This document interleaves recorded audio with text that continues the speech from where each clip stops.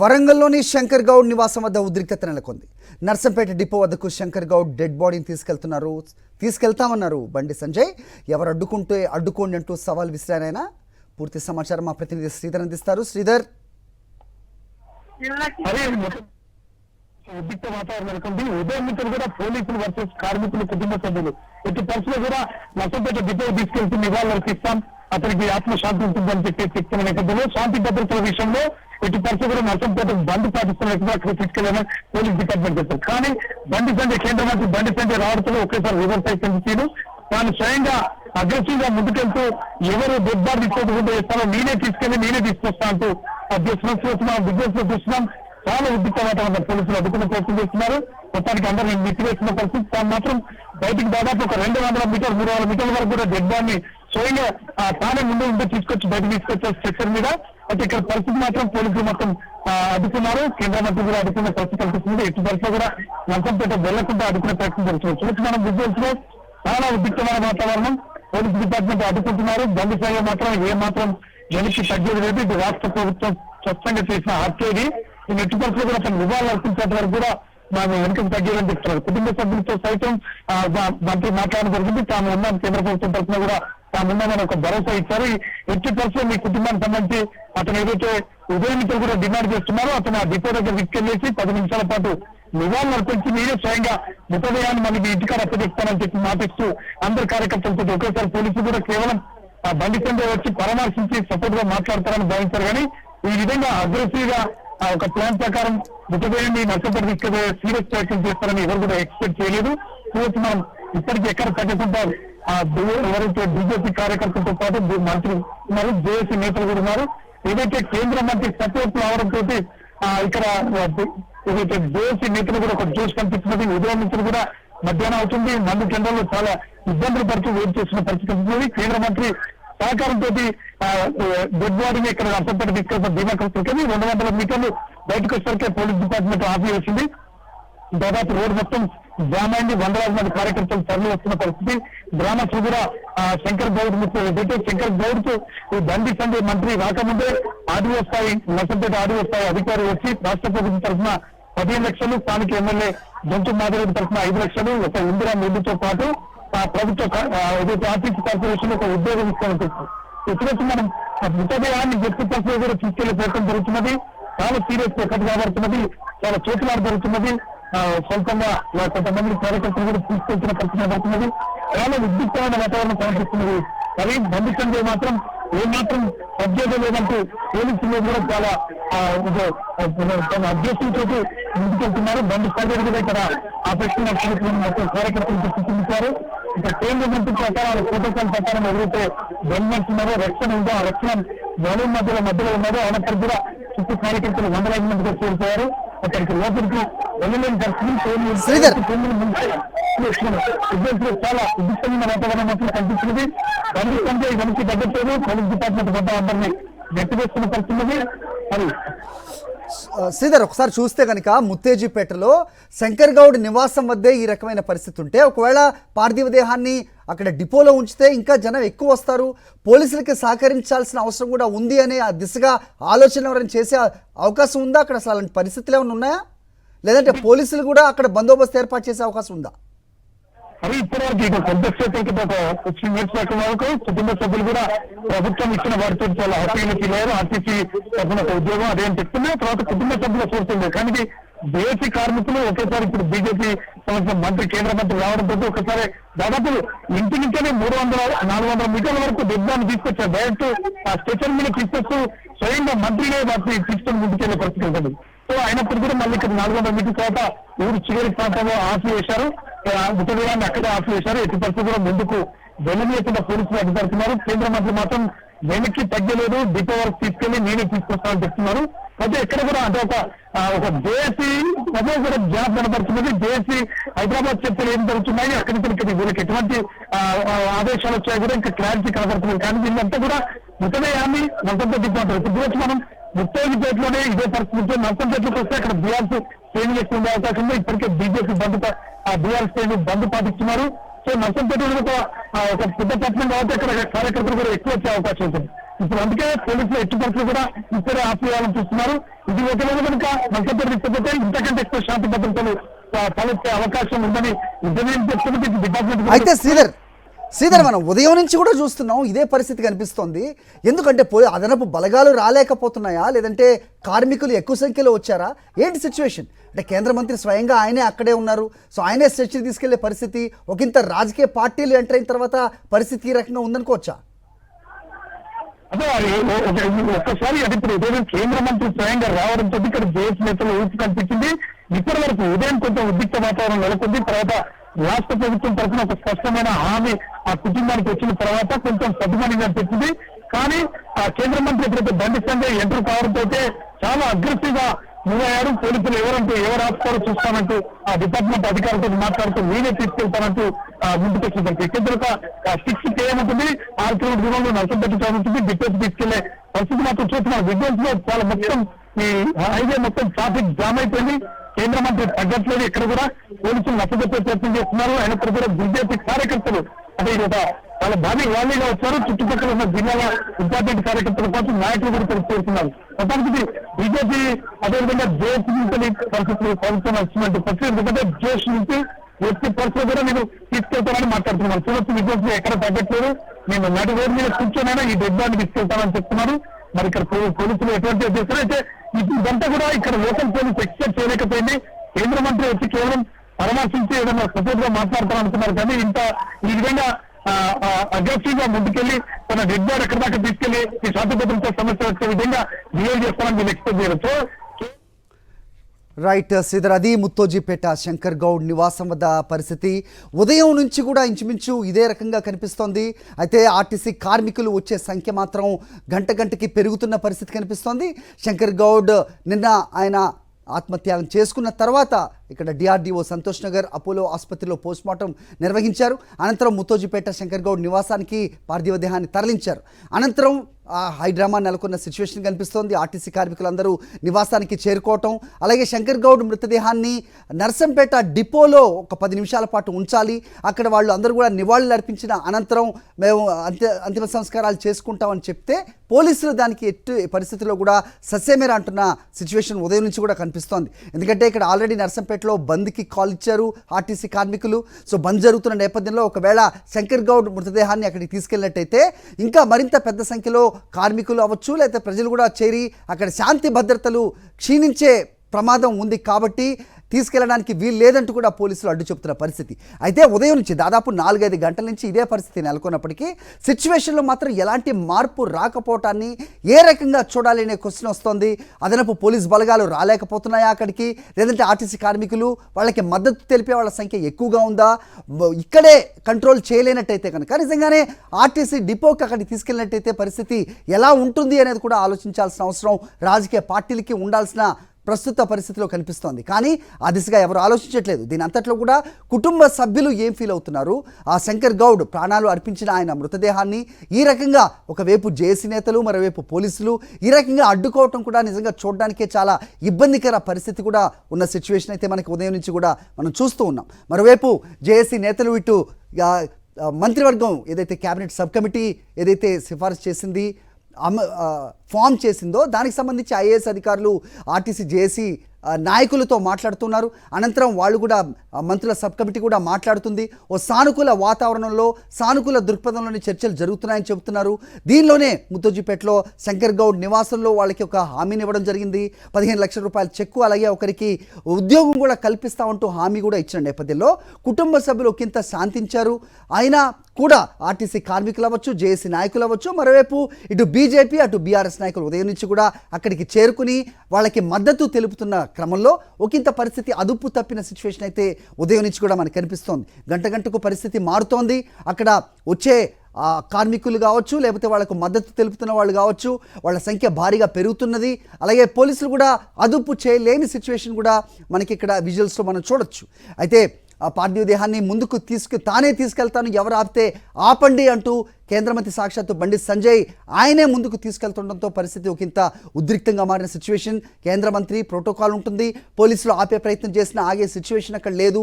పోలీసులకి ఇది కత్తి మీద సాములా తయారైన పరిస్థితి కూడా ఒకంత కనిపిస్తోంది అక్కడ. సో ఈలోపు అదనపు బలగాలు అక్కడ చేరుకుంటాయా? ఇదంతా చూస్తున్న ప్రభుత్వం వెంటనే స్పందిస్తుందా? సో ఏదైతే డిమాండ్లు వాళ్ళు ముందుకు తీసుకొచ్చారో వాటికి సానుకూల స్పందన, లేదంటే ఒక టైం ఫ్రేమ్ చెప్పి ఏదైనా డెసిషన్ వెలువరుస్తారా అనేది మాత్రం ప్రస్తుతం ఉత్కంఠ రేపుతున్న ప్రశ్నలు.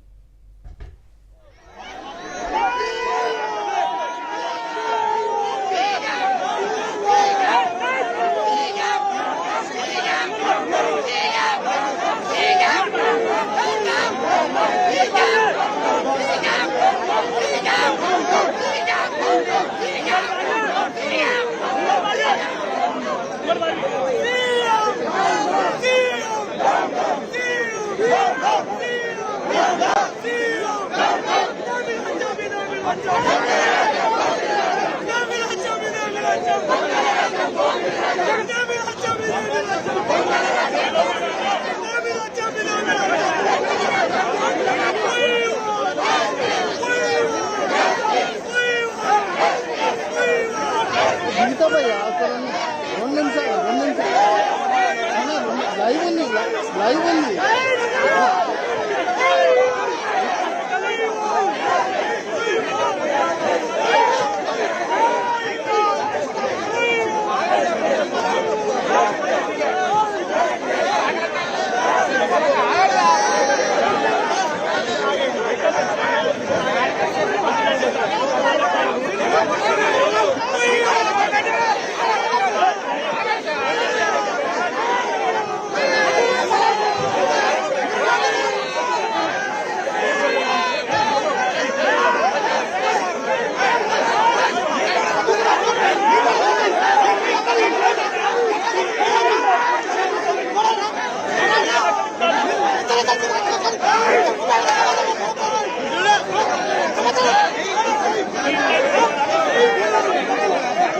తీర్థండి, ఇప్పటికే తీర్థం.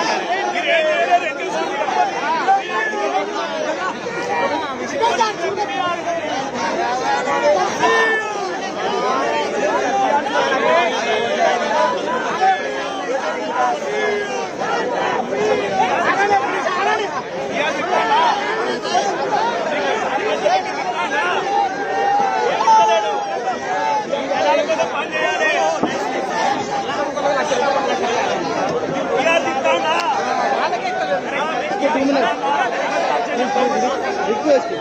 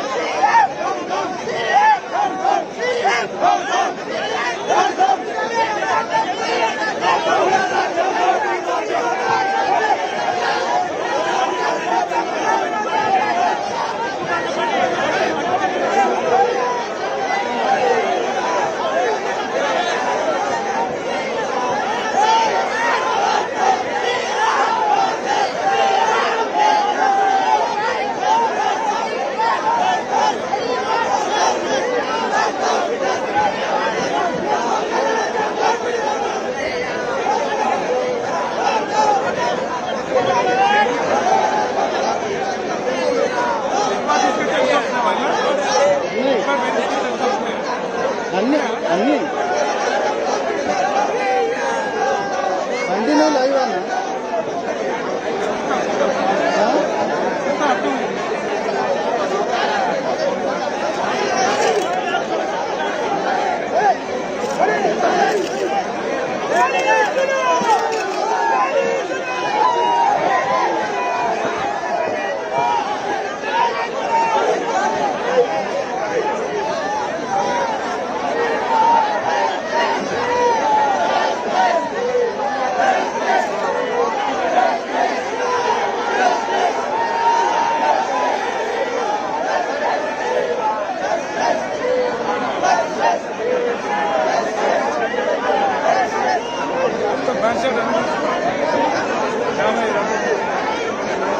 ట్రాఫిక్ కూడా తీసాం.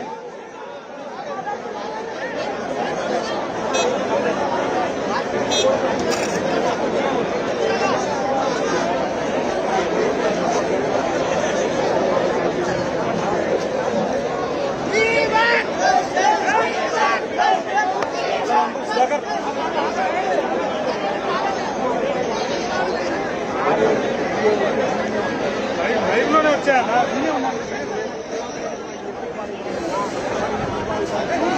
మనది కూడా కొద్దిగా ఎంతో బాగుంది. మీరు లైవ్లో ఉంది ఎంతో పోయి చూస్తే మనమే ఫ్రంట్ కెమెరా మనమే బయట తీసుకెళ్ళి తీసాము. అదొక్కటి మనమే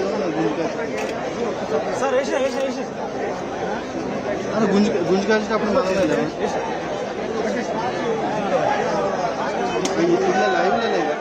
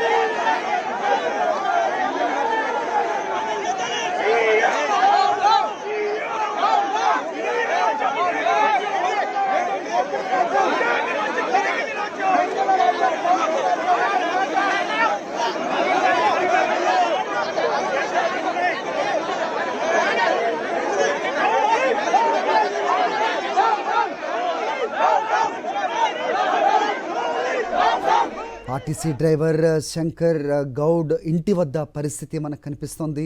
నిజంగా చాలా ఉద్రిక్త వాతావరణం అక్కడ. కేంద్ర మంత్రి బండి సంజయ్ రావడంతో ఆయన శంకర్ గౌడ్ మృతదేహాన్ని తీసుకొని నేను నర్సంపేట డిపోకి తీసుకెళ్లి మళ్ళీ తిరిగి అప్పగిస్తాను, ఎవరో ఆపుతారో చూస్తానంటూ కూడా ఆయన మృతదేహాన్ని స్ట్రెచ్చర్లో వేసి ముందుకు తీసుకెళ్లడంతో పరిస్థితి ఒకంత అదుపు తప్పింది. పోలీసులు మాత్రం ఆయన అడ్డుకునే ప్రయత్నం చేయడంతో బీజేపీ శ్రేణులందరూ కూడా అక్కడికి చేరుకుని సీఎం డౌన్ డౌన్ అంటూ కూడా నినాదాలు చేస్తున్నారు. మనం చూస్తున్నాం ఒక్కసారి.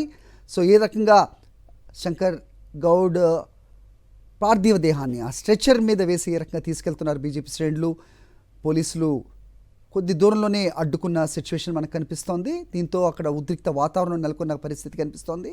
ఆర్టీసీ కార్మికులకు బీజేపీ అలాగే బీఆర్ఎస్ నేతలు తోడవడంతో ఇంత వాతావరణం అదుపు తప్పిన సిచ్యువేషన్ అయితే మనకి ముత్తోజిగూడ శంకర్ గౌడ్ నివాసం వద్ద కనిపించింది. పోలీసులకు ఉదయం నుంచి కూడా ఇది ఒక పెద్ద కసరత్తే అయిన పరిస్థితి మనకు కనిపిస్తోంది.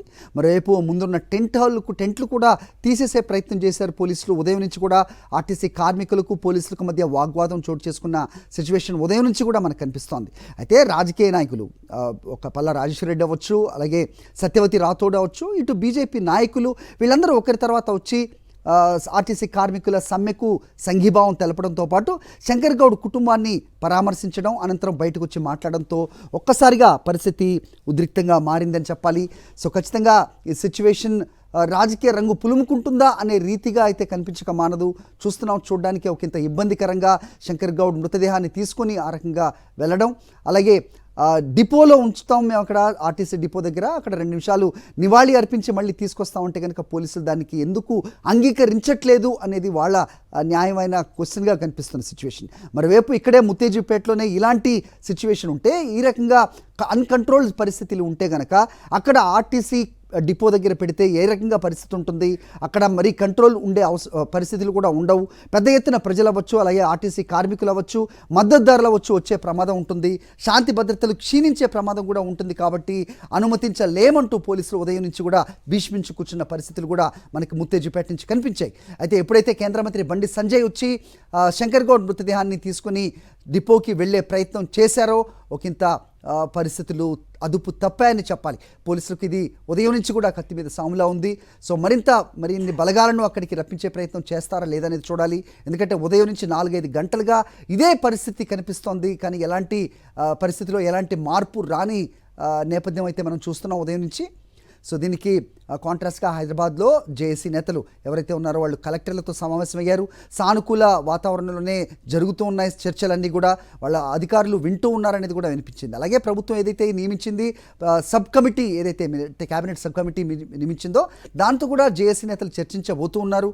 సో అన్ని డిమాండ్లను పరిష్కరించే దిశగానే చర్చలు సాగుతున్నాయి అనే ఒక ఫీలర్ ఇచ్చినప్పటికీ అలాంటి ప్రకటన ఏది రాని నేపథ్యంలో మొత్తం రాష్ట్ర వ్యాప్తంగా అన్ని జిల్లాల్లో కూడా ఒకంత ఆందోళనకర పరిస్థితులు అయితే కనిపిస్తున్నాయి. ముఖ్యంగా ముత్తేజీపేట శంకర్ గౌడ్ నివాసం వద్ద సిచ్యువేషన్ అయితే అదుపు తప్పుతుందా అన్నట్టుగా ఒక వలటైల్గా సిచ్యువేషన్ అయితే మనం చూస్తూ ఉన్నాం. సో ఖచ్చితంగా శంకర్ గౌడ్ మృతదేహాన్ని మేము నర్సంపేట డిపోకి తీసుకెళ్తాం.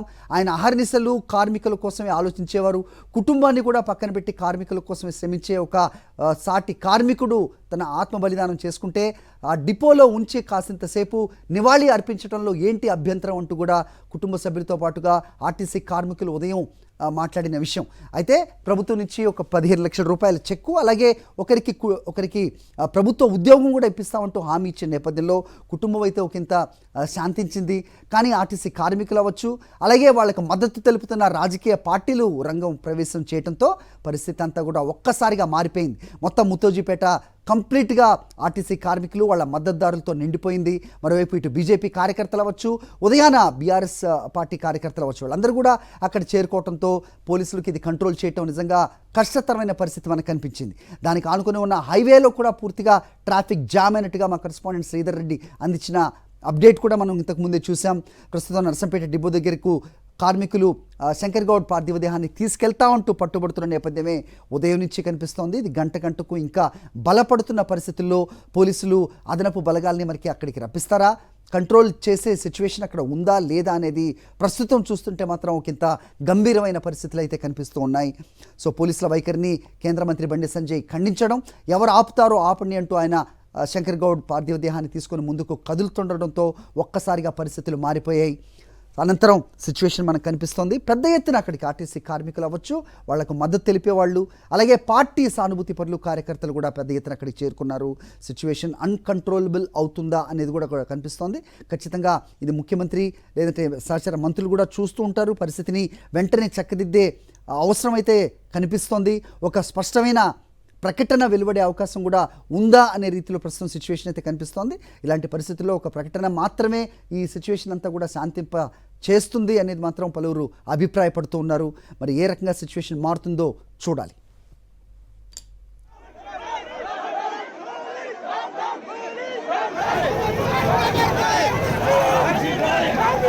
Right.